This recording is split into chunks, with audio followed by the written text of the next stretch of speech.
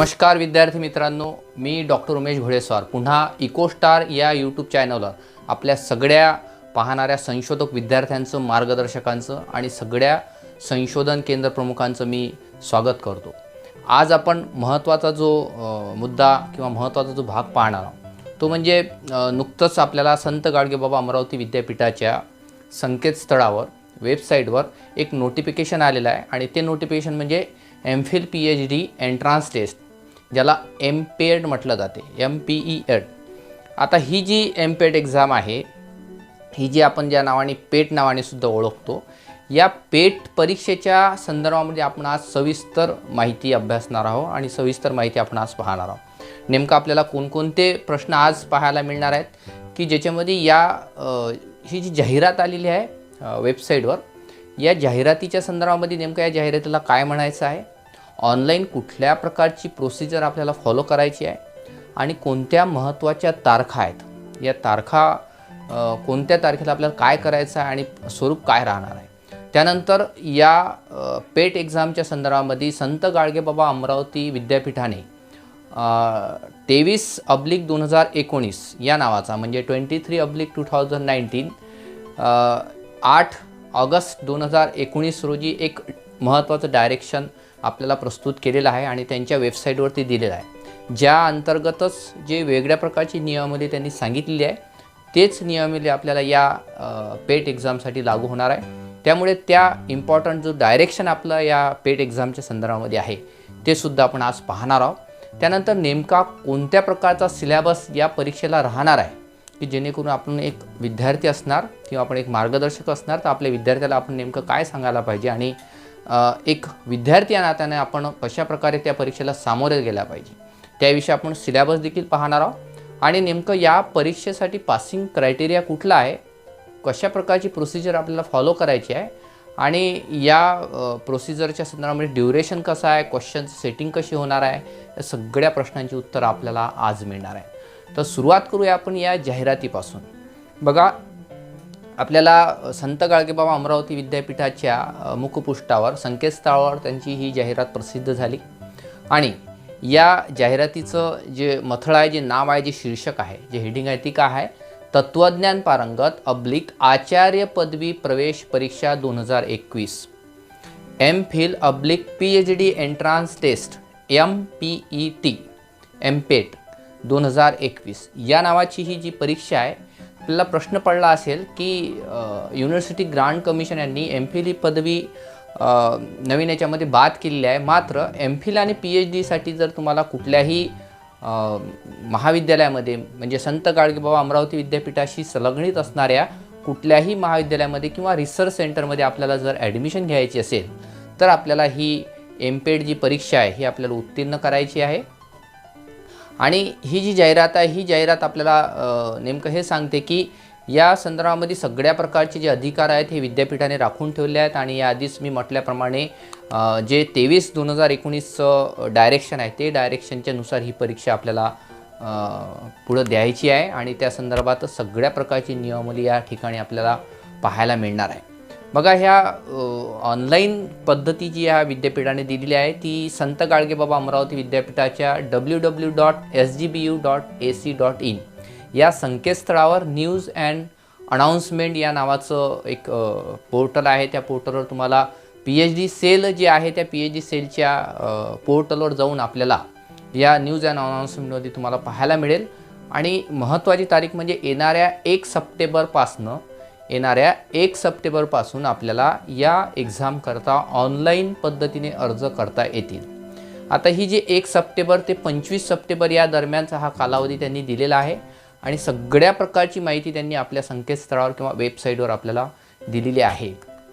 या पॅट परीक्षेच्या संदर्भामध्ये महत्त्वाचं आहे की नेमकं याचं शुल्क आणि बऱ्याच विद्यार्थ्यांचे, मला मागासवर्गीय विद्यार्थी असो किंवा ओपन कॅटेगरीतले सगळ्या विद्यार्थ्यांचे आले की त्याच्यामध्ये त्यांनी 1200 रुपये जे शुल्क आहे, ही 1200 रुपये शुल्क खुल्या प्रवर्गासाठी किंवा जनरल किंवा ओपन कॅटेगरीसाठी दिलेलं आहे आणि SC ST OBC SBC DT NT SC BC EWS non criminal all categories जे आहेत त्या बॅकवर्ड क्लासच्या कॅटेगरी त्यांना 700 रुपये एवढं शुल्क त्यांनी निर्धारित केलेलं आहे।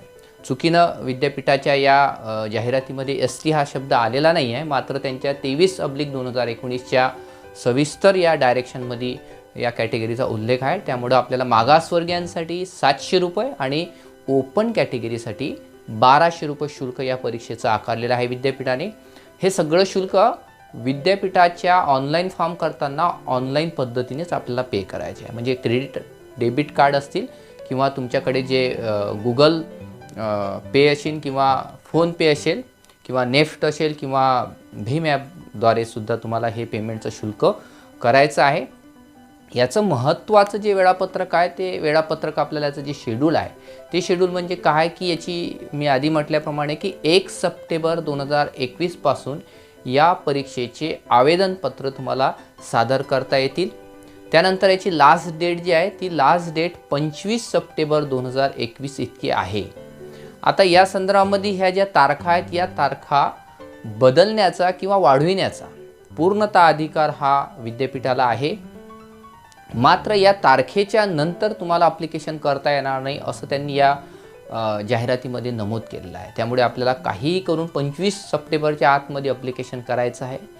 ज्या विद्यार्थ्यांचे संत गाडगेबाबा अमरावती विद्यापीठामध्ये PG झालेलं आहे, MA, MCOM, MSc त्या सगळ्यात किंवा समकक्ष असणाऱ्या सगळ्या पदव्युत्तर परीक्षेला जे विद्यार्थी उत्तीर्ण झाले, ज्यांच्याकडे रिझल्ट आलेला आहे किंवा रिझल्ट 25 तारखेच्या आतमध्ये मार्कशीट येऊ शकतात, असे सगळे विद्यार्थी ह्या परीक्षेचे अर्ज भरू शकतात. आता नेमकी आपण MPAT किंवा ही PAT संत गाडगे अमरावती विद्यापीठाची का बरं द्यायची किंवा तुम्ही कुठल्या प्रकारची क्वालिफिकेशन प्राप्त करतात आणि आपल्याला ही परीक्षा का द्यायची आहे याविषयी मला थोडक्यात इथं सांगायचं आहे.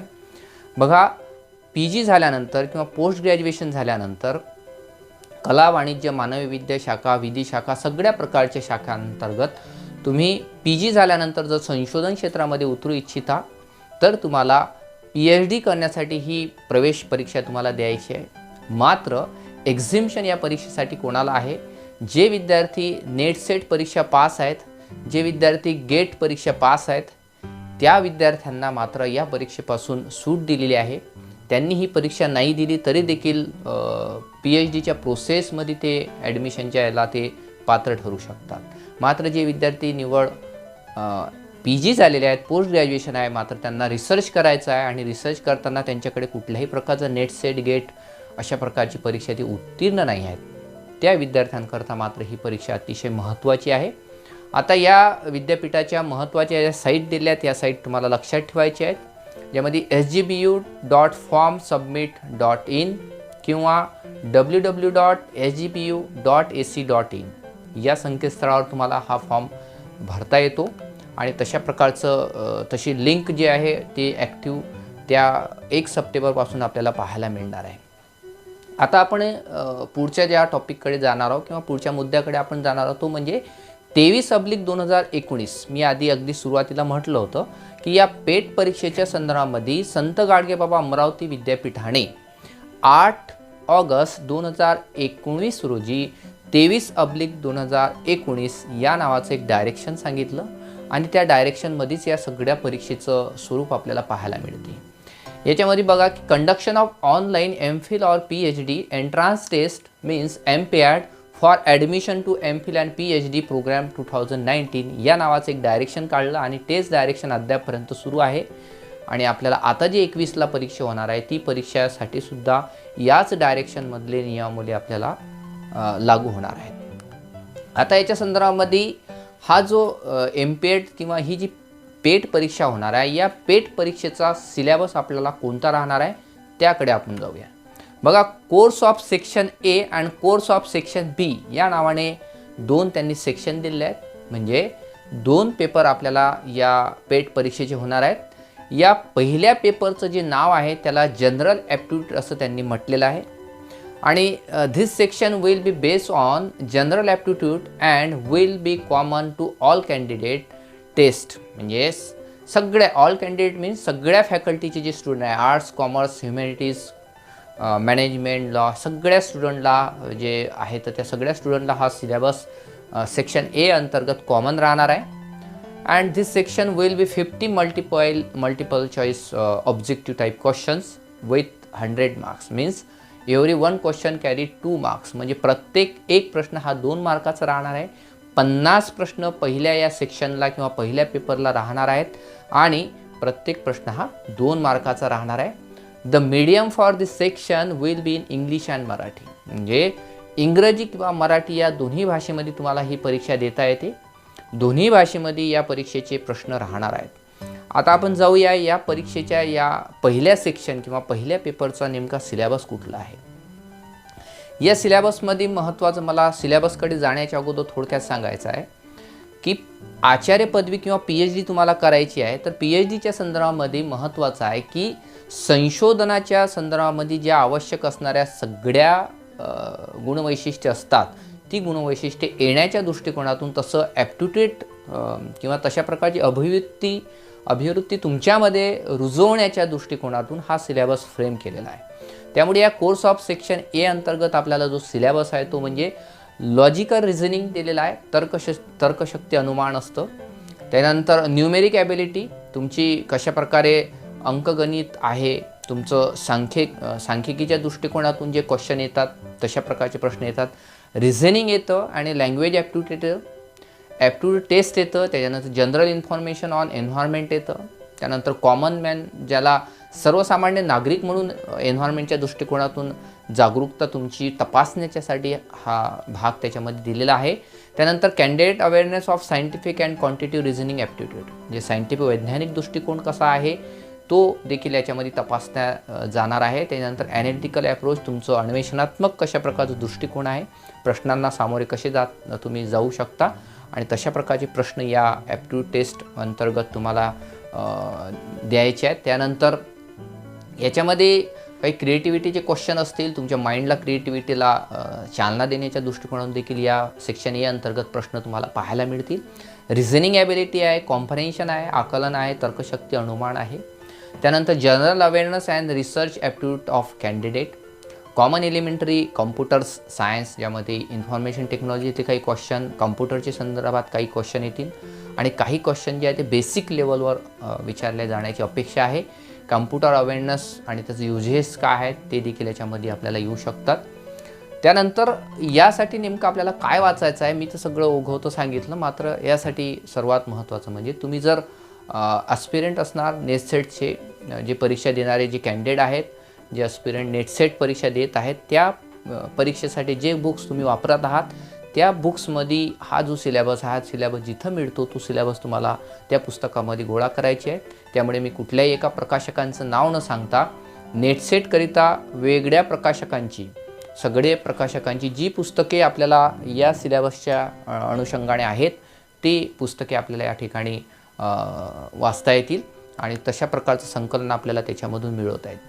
त्यानंतर पुढचा जो भाग आहे तो म्हणजे कोर्स ऑफ सेक्शन बी, म्हणजे दुसरा जो सिलेबस आहे दुसऱ्या पेपरचा. तर हा जो पेपर आहे, this section will be based on specific subject in the relevant faculty, म्हणजे ह्युमॅनिटीज असेल तर ह्युमॅनिटीज, आर्ट्स असेल, कॉमर्स असेल, मॅनेजमेंट असेल, सायन्स असेल, कुठल्याही प्रकारची जी फॅकल्टी तुमची आहे, तुमचा PGचा जो विषय आहे तो PGचा विषय मात्र या सेक्शन बी किंवा या 2 नंबरच्या पेपरमध्ये, सेकंड पेपरमध्ये राहणार आहे. याचं पॅटर्नसुद्धा तेच राहणार आहे. 50 multiple choice question with 100 marks, every one question carry 2 marks, म्हणजे प्रत्येक प्रश्नाला 2 मार्क आहेत. 50 प्रश्न विचारले जातील आणि 100 मार्क असे राहणार आहे. याचंसुद्धा मीडियम जे आहे तर ते मीडियम आपल्याला इंग्लिश आणि मराठी राहणार आहेत. जे पेपर कोणाचं MA इन मराठी असेल, MA इन इंग्लिश असेल तर मात्र त्यांना त्या लँग्वेजमध्येच पेपर द्यायचा आहे. MA मराठीवाल्यांना मराठीमध्येच क्वेश्चन द्यावे लागतील. इंग्लिश असेल तर त्यांना मात्र इंग्लिशमध्येच द्यावे लागतील. सायन्स असेल तर सायन्सचे जे प्रश्न असतात ते इंग्रजीतच राहतील, असा तो फरक आहे. त्यानंतर the course for section B shall be that the prescribe for the respective PG programme of university, म्हणजे अमरावती विद्यापीठाअंतर्गत किंवा ज्या PGच्यामध्ये जो सिलेबस असतो आपल्याला, तो बेसिक सिलेबस याच्यामध्ये आहे आणि तोच सिलेबस आपल्याला वाचायचा आहे. याच्यामध्ये खूप डिटेल्स त्यांनी कुठले पॉईंट्स राहतील, कुठले टॉपिक्स राहतील असं याच्यामध्ये सांगलेलं नसलं तरी देखील आपल्याला एक अंदाज बांधता येतो की PGमध्ये जे परीक्षा युनिव्हर्सिटी ग्रांट कमिशन किंवा CSIR कंडक्ट करते तर त्या CSIR आणि UGCच्या सिलेबसमध्ये जो नेट सेट किंवा गेटचा जो सिलेबस असतो तुमच्या याचा अध्यापक पात्रता चाचणीचा, तर त्यासाठी जो सिलेबस आहे तो सिलेबस आपल्याला या ठिकाणी वापरता येईल किंवा याचा उपयोग आपल्याला करता येईल. त्यानंतर या एक्झामसाठी पासिंग क्रायटेरिया कुठला राहणार आहे? या एक्झामसाठी पासिंग क्रायटेरिया हा 50% या डायरेक्शनमध्ये दिलेला आहे, या अधिनियमामध्ये दिलेला आहे की 50% पासिंग दिलेलं आहे. 50% म्हणजे नेमकं तुम्हाला किती सिक्युअर करायचे. ज्यामध्ये मी आधी म्हटल्याप्रमाणे पहिला पेपर हा 50 क्वेश्चन 100 मार्क, दुसरा पेपर 50 प्रश्न 100 मार्क, दोन्ही मिळून झाले आपल्याला 200 मार्क. मात्र अट दिलेली आहे की प्रत्येक सेक्शनमध्ये किंवा प्रत्येक पेपरमध्ये आपल्याला इंडिव्हिज्युअल पासिंग आहे. 50% म्हणजे 100 मार्कापैकी 50 मार्क मिळवणे आवश्यक आहे. म्हणजे 50 क्वेश्चनपैकी तुम्हाला 25 क्वेश्चन ईच सेक्शनमध्ये तुम्हाला प्राप्त करणे अतिशय अनिवार्य आहे. याच्यामध्ये काही कॅटेगरीजला म्हणजे बॅकवर्ड क्लास आणि ओपन कॅटेगरीमध्ये 5%चा डिफरन्स आहे. म्हणजे OBC असतील, अदर बॅकवर्ड क्लास किंवा नॉन क्रिमिनलमध्ये जे कॅन्डिडेट येतात, SBC असतील, SC असतील, ST असतील, NTC असतील, NTD असतील, SCBC असतील, EW असतील, त्या सगळ्यांना 45% म्हणजे 45% त्यांना पासिंग क्रायटेरिया दिलेला आहे. आता हा सुद्धा ईच सेक्शन सेपरेटली दिलेला आहे. म्हणजे प्रत्येक सेक्शनमध्ये किंवा प्रत्येक पेपरमध्ये, 2 पेपरमध्ये, पहिल्या पेपरमध्ये सुद्धा या कॅटेगरीचे स्टुडंट असतील तरी देखील 45% त्यांनी मिळवणं आवश्यक आहे. सेकंड पेपरमध्ये सुद्धा 45% मिळवणं आवश्यक आहे. अशा प्रकारे या एक्झामचं थोडक्यात स्वरूप आहे. आता याच्यामध्ये बघू की याचं ड्युरेशन काय आणि क्वेश्चन सेटिंग नेमकं याची प्रोसिजर काय असणार आहे.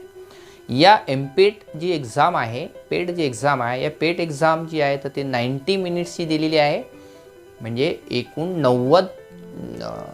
90 मिनिटाचा हा दोन्ही पेपर राहणार आहे. म्हणजे ईच सेक्शन जे आहे तर ते 45 मिनिटचं राहणार आहे. म्हणजे 45 मिनिटामध्ये तुम्हाला 50 प्रश्न सोडवायचे आहेत. पुन्हा म्हणतो मी, 45 मिनिटामध्ये पहिला पेपर सोडवायचा आहे, दुसरा पेपर 45 मिनिटामध्ये सोडवायचा आहे.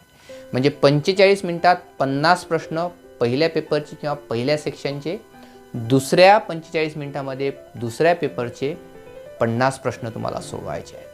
आता याच्यामध्ये युनिव्हर्सिटी लेवलवर जे प्रक्रिया होते ते सुद्धा मी थोडक्यात इथं सांगतो. नेमकं क्वेश्चन कसे सेट होतात आणि क्वेश्चनाच्या संदर्भामध्ये आपल्याला कशा प्रकारे अभ्यास करायला पाहिजे.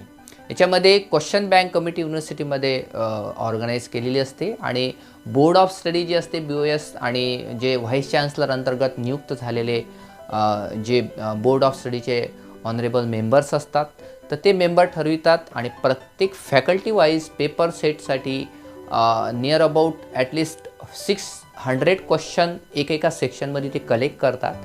600 क्वेश्चनचं संकलन होत असते प्रत्येक फॅकल्टी अंतर्गत आणि ज्यामध्ये प्रत्येक फॅकल्टीसाठी 50 क्वेश्चन फायनलाइज ते केले जातात आणि हा सगळा करण्याचा अधिकार युनिव्हर्सिटीला असल्यामुळं यामध्ये ॲक्ट 2016 जे युनिव्हर्सिटीचं आहे क्लॉज 48(3) तर ते अडॉप्ट केल्या जाते की ज्या अंतर्गत 1/2016 आणि 48(3)(2016 हे महाराष्ट्र पब्लिक युनिव्हर्सिटी ॲक्ट अंतर्गत ही कार्यवाही सगळी युनिव्हर्सिटी पार पाडते.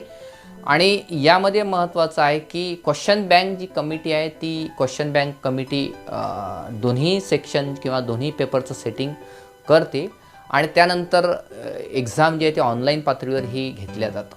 आता याच्यामध्ये महत्त्वाचं आहे की पॅट परीक्षेच्या संदर्भामध्ये जे ऑब्झर्वर आणि सुपरवायझर आहे ते सगळे युनिव्हर्सिटीच्या लेवलवर हे कार्य सुरू असते आणि जे कॅन्डिडेट डिफरंटली एबल्ड आहेत किंवा दिव्यांग आहेत, दृष्टी त्यांची नाही आहे, त्या कॅन्डिडेटला असिस्टंट म्हणून ते घेऊ शकतात. तशी प्रोव्हिजन या ऑर्डिनन्समध्ये त्यांनी दिलेली आहे. आणि या संदर्भामध्ये महत्त्वाचं आहे की MPET किंवा ही जी पॅट परीक्षा आहे ही पॅट परीक्षा या सगळ्या अधिसूचनेअंतर्गत ही विद्यापीठ पार पाडणार आहे आणि the valuation of answer for both the section will be done by the design designated agency. Means जी निर्धारित असणारी जी कंपनी आहे किंवा एजन्सी आहे, तर ती एजन्सीला याच्यामध्ये कार्य ऑनलाईन पद्धतीनं ती दिलं जातं. आणि सगळ्यात महत्त्वाचं म्हणजे की या परीक्षेला कुठल्याही प्रकारचं निगेटिव्ह सिस्टीम नाही आहे. No negative marks for the attempt question. कुठल्याही प्रकारच्या क्वेश्चनला निगेटिव्ह मार्किंग नाही आहे. There will be no negative marking system for this MPAT exam. Passing MPAT will be done one of the eligibility criteria for admission to MPhil and PhD program. असं धरून चालणार नाही की this test not for the directly admission for the PhD or MPhil program. म्हणजे तुमच्याकडे पॅट परीक्षेचं certificate आहे याचा अर्थ असा नाही की तुम्हाला ॲडमिशन मिळेल. यानंतर देखील अनेक प्रोसिजर फॉलो करावं लागतात. माझ्या यूट्यूब चॅनलवर मी PhDच्या ॲडमिशनच्या संदर्भामध्ये व्हिडिओज बनवलेले आहेत, ते तुम्ही आवर्जून बघा. आणि या इकोस्टार चॅनलला अद्यापपर्यंत ज्यांनी अजून सबस्क्राईब केले नसणार तर त्यांनी सबस्क्राईब करा. मी त्या मुद्द्याकडे येणार होतो की MPAT किंवा पेट परीक्षा पास होणे म्हणजे PhDसाठी डायरेक्ट ॲडमिशन नाही आहे. फक्त ॲडमिशन मिळवण्यासाठी पात्र असणाऱ्या निकषापैकी एक निकष आहे. त्यामुळं तुम्ही MPATची परीक्षा पास झाल्यानंतर तुम्हाला एक सर्टिफिकेट युनिव्हर्सिटी देणार आहे. आणि हे सर्टिफिकेट आपल्याला कधी मिळणार आहे की जेव्हा ही परीक्षा घेतल्या जाईल त्या परीक्षेच्या तारखेपासून 30 दिवसाच्या आत at least 30 days within 30 days university will be provide a certificate for the जे पास कॅन्डिडेट्स आहेत त्यांना ते प्रोव्हाइड करेल. आणि याच्यामध्ये no revaluation for the MPAT किंवा पॅट परीक्षेमध्ये कुठल्याही प्रकारचे रिव्हॅल्युएशनचे तरतूद त्यांनी दिलेले नाही आहे.